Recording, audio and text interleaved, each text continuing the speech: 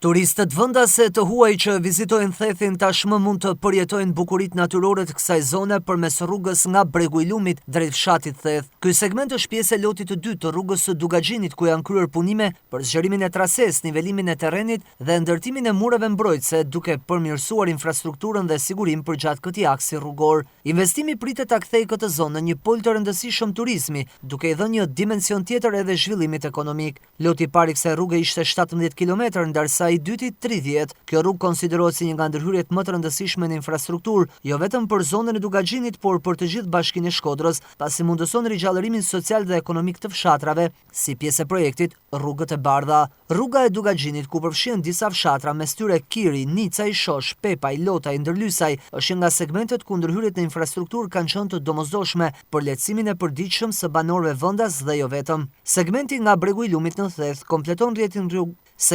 bregu i Lumit në Theth kompleton rrjetin rrugor të Alpeve.